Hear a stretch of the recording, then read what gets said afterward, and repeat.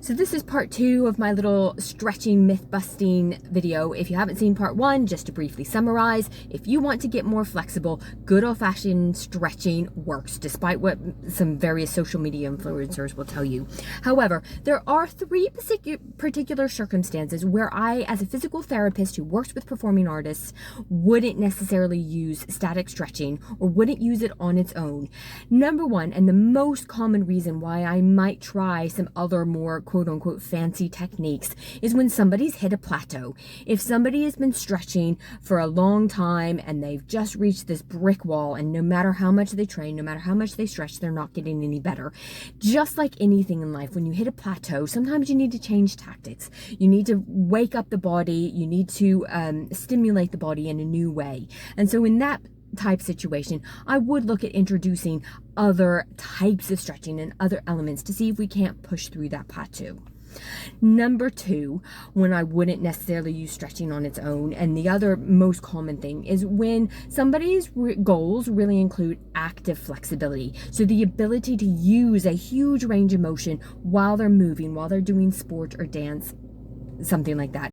Now, the classic example of active flexibility and the need for some other tactics is a développé. So if you want to be able to développé your foot above your shoulder, it's no good just to train your static flexibility.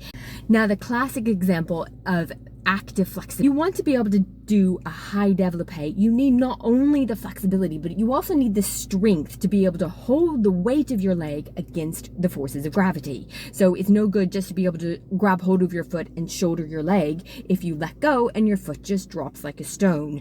So in this circumstance, when somebody's really working towards active flexibility, I would look at static stretching to improve their flexibility, but also you need to do strength training alongside so that the muscles are developing the strength and control as well as flexibility.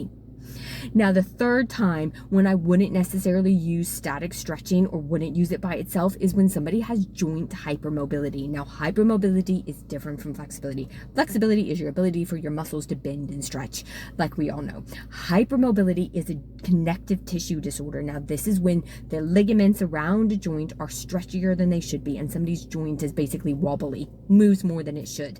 Now, in this situation, we might need to step away from stretching and actually have somebody work on some strength and stability and control exercises in order to improve the function and the health of their joint. And then we might come back to flexibility and stretching later once they have that control.